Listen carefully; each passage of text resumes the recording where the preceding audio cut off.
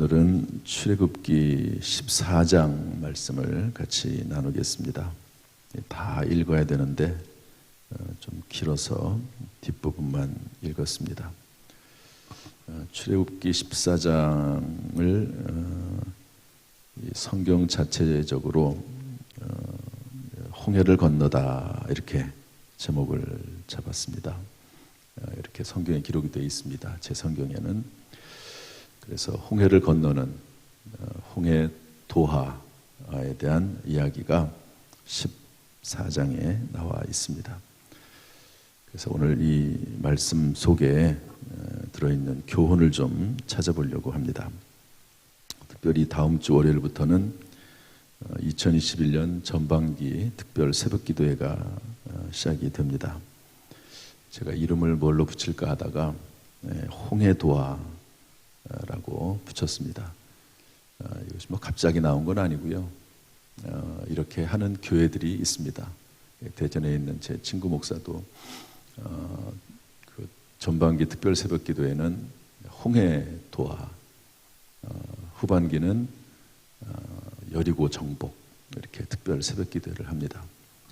그런데 사실은 제가 먼저 했던 거거든요. 그래서 거기는 계속 그거를 저한테 배워서 사용을 하고 저는 중단했다가 이번에 생각이 나서 이름을 홍해도화라고 정해봤습니다. 홍해라고 하는 것은 우리 앞에 놓여 있는 큰 문제를 말하죠. 도화라고 하는 것은 그 문제를 해결했다 하는 의미입니다. 홍해를 이제 건너선 거죠. 21년 전반기 홍해도화가 20일 작정, 20일 동안 작정하면서 기도하자는 거죠. 예수님도 공생의 사역을 시작하기 전에 며칠 동안 금식하면서 기도했죠. 40일. 다니엘도 하나님 앞에 환상을 깨닫기 위해서 며칠 동안 기도했죠. 20하루. 그렇게 특별하게 시간을 정해서 작정해서 기도하는 것이 성경에 나옵니다. 그래서 특별히 그런데 이제 새벽에 한다는 것이죠. 새벽에.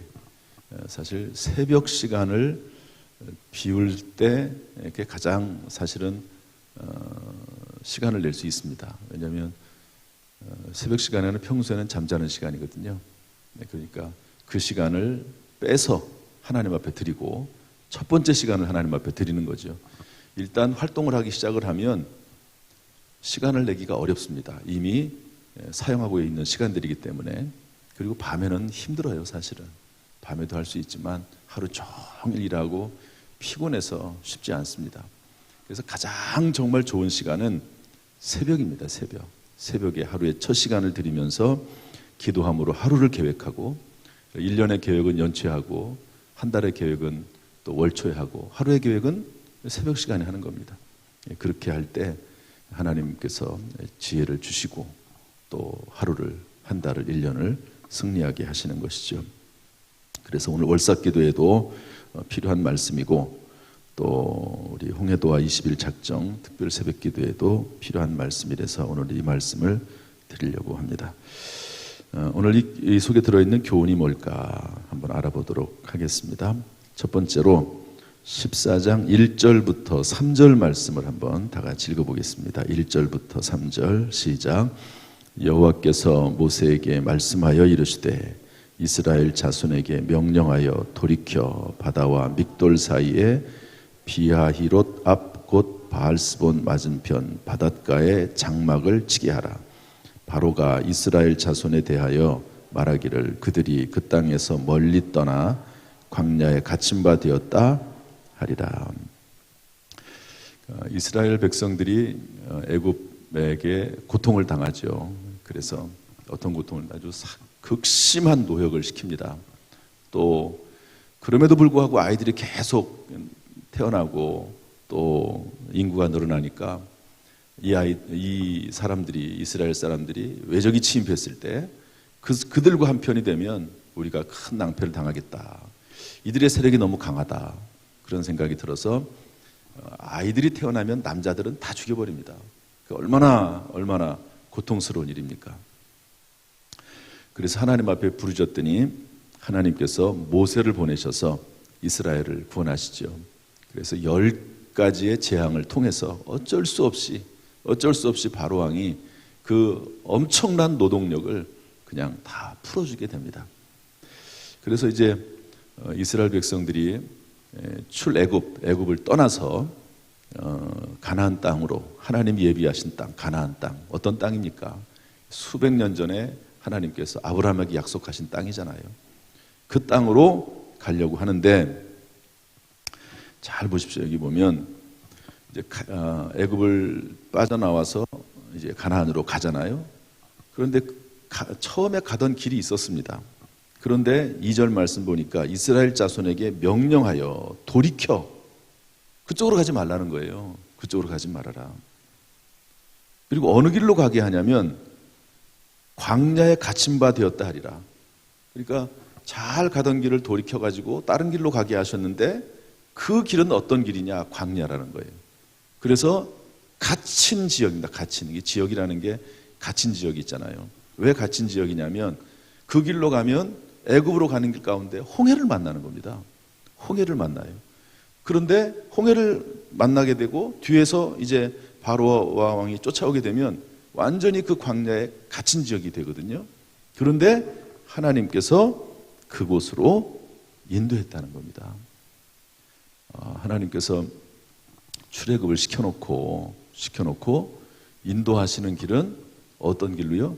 광야 갇힌 바 된 길로 인도했다는 것이죠.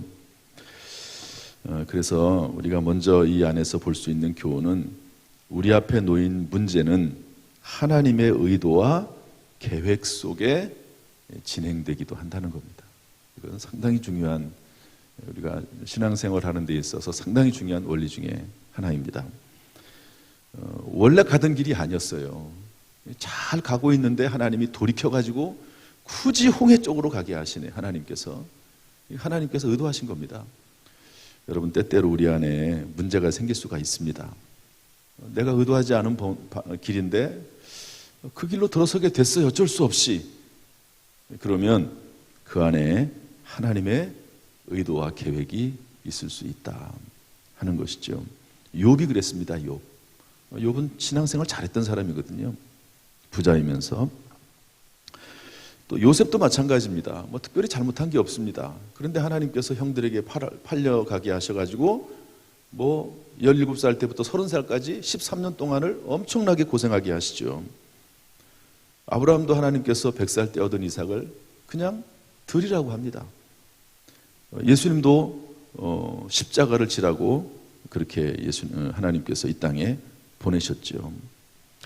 그래서 혹시 여러분 우리 가운데 어떤 문제가 있습니까? 그 안에 하나님의 계획과 섭리가 있을 수도 있다. 그것이 길든 짧든지 간에. 공중에 새 한 마리도 그냥 떨어지는 법이 없습니다. 머리카락 하나도 세신받은 분이 하나님이라고 말씀하고 계십니다. 이때는 어떻게 되느냐? 이때는 출애굽기 14장 10절 12절 말씀 읽어보겠습니다. 10절부터 12절 말씀 한번 쭉 읽어보죠. 다 같이 시작. 바로가 가까이 올 때에 이스라엘 자손이 눈을 들어본즉 애굽 사람들이 자기들 뒤에 이른지라. 이스라엘 자손이 심히 두려워하여 여호와께 부르짖고 그들이 또 모세에게 이르되 여호와의 애굽에 매장지가 없어서 당신이 우리를 이끌어내어 이 광야에서 죽게 하느냐? 어찌하여 당신이 우리를 애굽에서 이끌어내어 우리에게 이같이 하느냐? 우리가 애굽에서 당신에게 이른 말이 이것이 아니냐? 이르기를 우리를 내버려두라. 우리가 애굽 사람을 섬길 것이라 하지 아니하였더냐? 애굽 사람을 섬기는 것이 광야에서 죽는 것보다 낫겠노라. 백성들은 이렇게 반응합니다. 왜 우리를 도대체 애굽에서 꺼내가지고 이렇게 고생하게 하느냐? 차라리 광야에서 죽었으면 좋았을 뻔했다. 참 이렇게 불평하는 거죠. 그랬더니 모세가 뭐라고 얘기합니까? 출애굽기 14장 13절 14절입니다. 다 같이 시작. 모세가 백성에게 이르되 너희는 두려워하지 말고 가만히 서서 여호와께서 오늘 너희를 위하여 행하시는 구원을 보라. 너희가 오늘 본 애굽 사람을 영원히 다시 보지 아니하리라. 여호와께서 너희를 위하여 싸우시리니 너희는 가만히 있을지니라. 그래서 이렇게 하나님께서 인도하신 길이 있습니다. 잘 가고 있는데 하나님께서 딴 길로 가게 하세요. 그런데 하나님께서 분명히 가라고 해서 간 길인데 이렇게 어려운 일이 있네요. 그러면 하나님의 계획이 있는 겁니다. 하나님의 섭리가 있는 거지요. 그때는 이렇게 백성들처럼 두려워하지 말고 원망하지 말고 불평하지 말고 왜 모세 당신이 우리를 이렇게 이끌어 와서 우리를 죽게 하느냐 이렇게 하지 말고 모세가 말한 것처럼 너희는 두려워하지 말고 가만히 서서 여호와께서 오늘 너희를 위하여 행하시는 구원을 봐라. 하나님께서 다 하신 거잖아요. 하나님께서. 그렇죠. 분명히. 그러면 원망하거나 불평하지 말고 하나님께서 어떻게 행하시는지 주목해보고 그 하나님께서 행하시는 대로 동행하면 되는 것이지 분명히 하나님께서 잘 가던 길을 돌이켜가지고 홍해로 가게 하셨을 때는 이유가 있다. 그러니까 기다려봐라. 두려워하지 말아라. 하나님께서 행하시는 일을 봐라. 이렇게 말씀하고 있는 것이죠. 여러분 혹시 잘 가던 길이 막히거나 또 하나님께서 지체하는 것 같은 그런 일들이 있습니까? 그러면 그 안에 하나님의 계획이 있지 않나 생각해 보면서 하나님과 동행할 수 있기를 불평하거나 원망하지 않을 수 있기를 주님의 이름으로 축복합니다. 두 번째로 출애굽기 14장 15절 16절 말씀 읽어보겠습니다. 다 같이 시작. 여호와께서 모세에게 이르시되 너는 어찌하여 내게 부르짖느냐 이스라엘 자손에게 명령하여 앞으로 나아가게 하고 지팡이를 들고 손을 바다 위로 내밀어 그것이 갈라지게 하라. 이스라엘 자손이 바다 가운데서 마른 땅으로 행하리라. 아멘. 여기서 두 번째로 얻을 수 있는 교훈은 뭐냐면요, 하나님의 문제 해결 방식은 우리의 생각을 초월하신다는 겁니다. 우리가 상상할 수 없는 그런 방법을 하나님이 쓰신다는 거예요. 홍해를 갈라서 바다 밑에 있는 땅을 걸어갈 생각을 누가 합니까? 아무도 못하죠. 아무도 못합니다. 그런데 하나님의 생각은 거기에 있던 거예요. 하나님의 생각은. 그래서 하나님이 이렇게 인도에 가는 과정을 보면 분명히 가던 길을 돌이켜가지고 홍해 쪽으로 가게 하시고 그래가지고 앞에는 홍해, 뒤에는 애국군대 이래가지고 뭐 진퇴양난으로 만들 때는 하나님의 계획이 있는 겁니다. 그리고 하나님의 방식은 내 생각을 초월합니다. 상상할 수 없는 방법을 동원하시죠.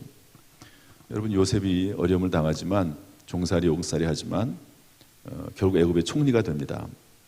그리고 한 민족을 이루게 되죠. 그런데 바로가 꿈을 꾸고 그리고 7년 동안 흉년이 있고 풍년이 있고 7년 동안 흉년이 있을 생각을 누가 합니까? 하나님이나 하시는 거지. 하나님의 계획이 있는데 우리가 못 봐서 그러는 거지. 하나님의 계획이 있습니다. 여러분 예수님의 부활도 마찬가지죠. 다 사람들은 십자가에서 죽었고 끝났다고 생각을 했습니다. 그러나 하나님의 생각은 예수 그리스도를 다시 살리셔서 부활의 첫 열매가 되게 하시는 것이죠. 우리나라가 8.15 해방을 맞았습니다. 독립운동 열심히 했죠. 그러나 여러분 우리나라의 해방은 언제 이루어집니까? 미국이 일본 히로시마와 나가사키의 원자폭탄을 투하함으로 갑자기 이루어진 겁니다. 여러분 이런 일을 우리나라에서 생각이나 했겠습니까? 원자폭탄이 떨어져서 이 나라가 해방될 생각을 할 수가 있었겠습니까? 하나님의 생각과 계획이 있었지요. 그 뒤에는 한국교회의 간절한 기도가 있었고 영국 수상 처칠이 미국 루즈벨트 대통령을 설득합니다. 옆집에 불이 났는데 그 불을 끄지 않으면 당신에게도 붙는다. 이렇게 설득을 합니다. 일본의 자만, 일본이 진주만을 미국을 공습합니다. 대미국이란 나라가 엄청난 나라잖아요. 이런 것들이 종합돼서 일어나긴 하지만 원자폭탄이 터져서 대한민국이 해방될 생각을 아무도 못하는 거죠. 하나님의 계획이 있다는 겁니다. 마리아와 마르다의 오빠 나사로가 죽었습니다. 그때 그 두 자매가 예수님에게 사람을 보내서 예수님 오셔서, 마리아와 마르다의 생각은 물론 믿음의 생각이죠. 죽어갈 오빠도 예수님이 오시면 살아날 것이라고 하는 믿음이 있었기 때문에 예수님을 초청합니다. 그런데 예수님이 안 가시네요. 지체하십니다. 죽었어요. 왜 그럴까요? 예수님의 생각은 다시 살리는 겁니다. 이것을 소생이라고 합니다. 예수님은 부활이라고 그래요. 왜 그럴까요? 예수님은 다시 살아나신 다음에 다시 죽지 않았습니다. 돌아가시지 않았습니다.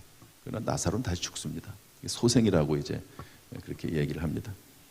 예수님께서는 그런 생각 계획이 있으신 것이죠. 하나님의 문제 해결 방식은 우리의 생각을 초월합니다. 그러므로 이럴 때는 하나님의 음성을 듣는 거죠. 15절, 16절 말씀 보면 어찌하여 내게 부르짖느냐, 이스라엘 자손에게 명령하여 앞으로 나가게 해라. 마른 땅으로 걸을 것이다. 하나님의 음성을 들어야 됩니다. 도대체 하나님께서 무슨 생각을 가지고 이렇게 하시지? 왜 잘나게 둔 길을 돌이켜가지고 광야길로 들어서게 하고 홍해 앞으로 들어서게 하더니, 도대체 하나님께서 왜 또 애국 군대가 뒤를 쫓아와서 죽게 만들고 우리를 진퇴양난으로 만드시고 백성들은 난리 피우고 있고 왜 그러시지? 하나님의 계획이 있는 겁니다. 그때는 하나님 앞에 물어봐야 돼요. 하나님 왜 그렇습니까? 그러면 하나님께서 뭐라고 말씀하세요? 왜 너 부르짖고 있느냐? 앞으로 나가라. 앞으로 나가라. 그리고 이제 뒤에 보면 21절에 보면 이렇게 되어 있습니다. 21절 다 같이 읽어볼까요? 21절 16절 지팡이를 들고 손을 바다 위로 내밀어 그것이 갈라지게 하라. 지팡이를 들어서 손을 바다 위로 내밀어라. 이렇게 말씀하시죠. 어떤 분은 그것을 지팡이를 가지고 내려쳤다고 하는데 성경에 그런 말은 없어요.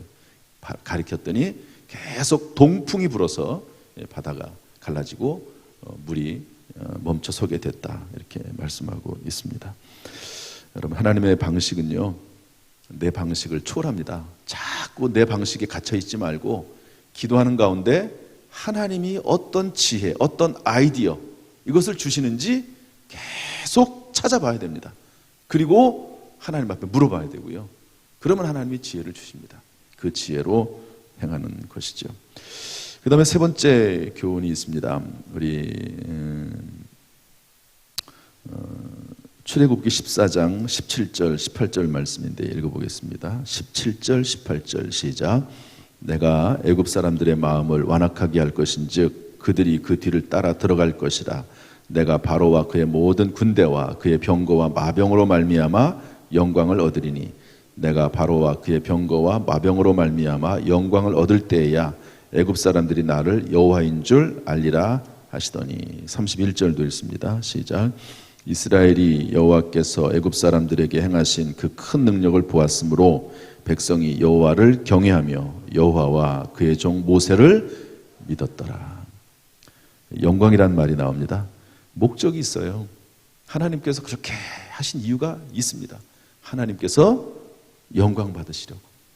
그래서 이스라엘 앞에는 홍해가 막혀 있죠. 뒤에는 애국 군대가, 이제 바로 왕이 나중에 생각을 해보니까 너무너무 속상하잖아요.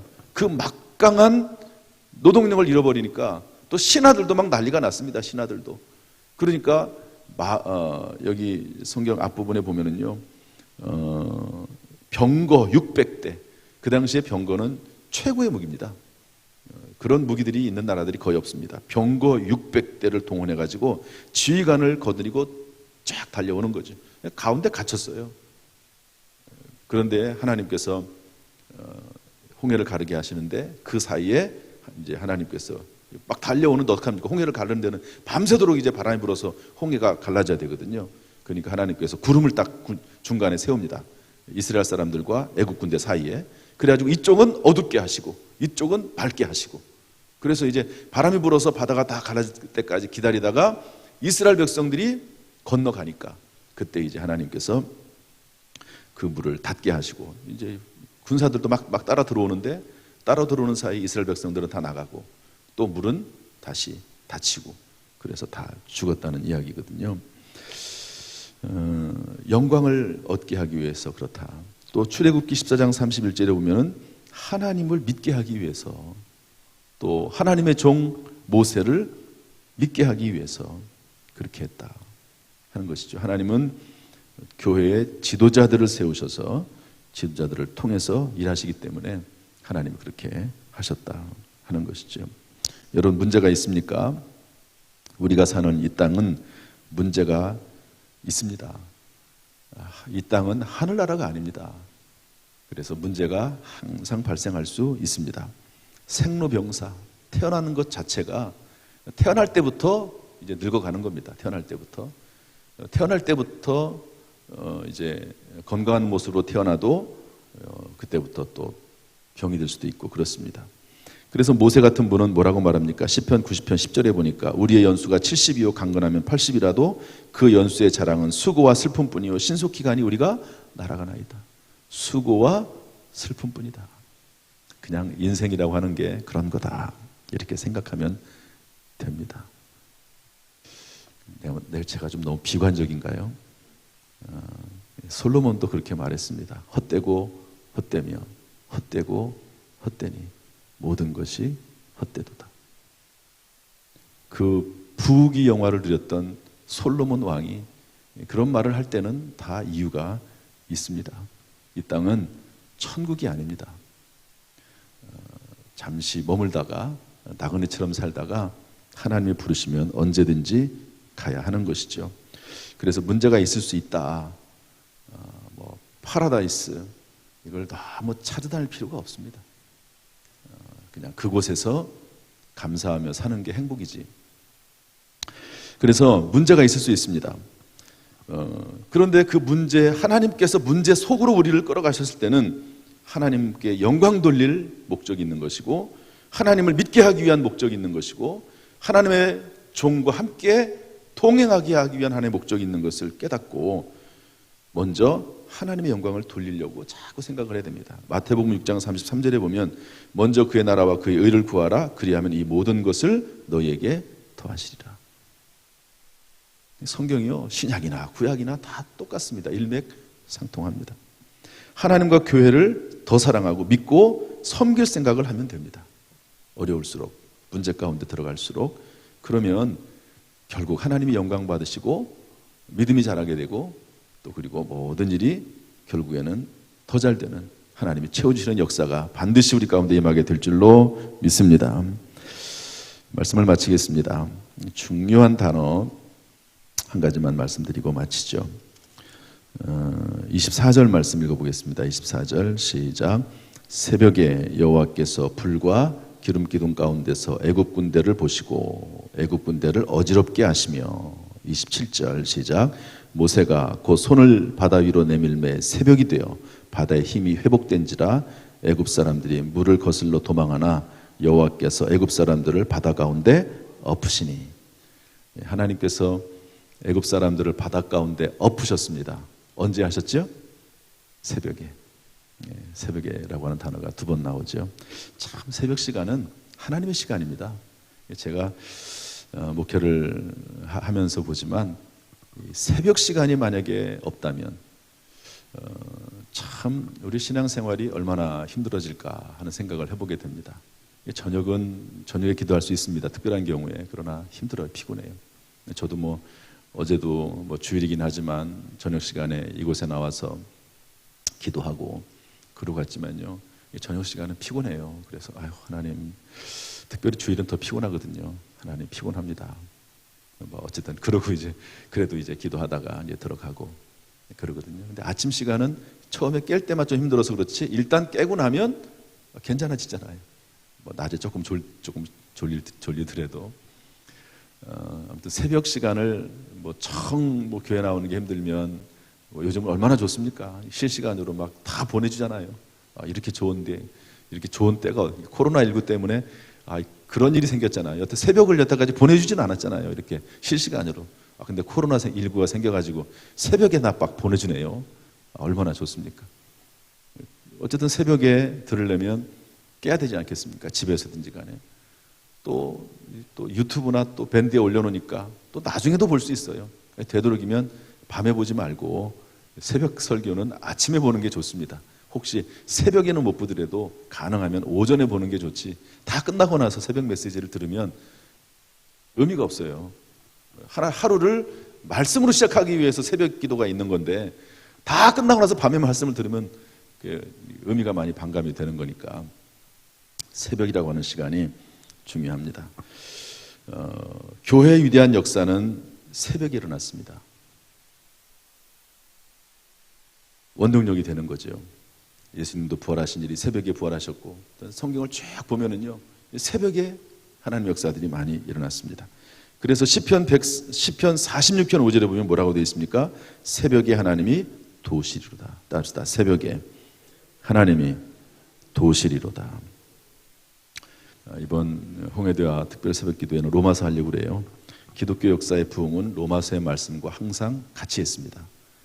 위대한 어거스틴 로마서 말씀을 잘 강의하신 분이죠.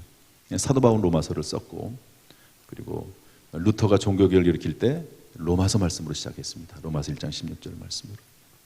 그래서 로마서 말씀을 꼭 배워야 됩니다.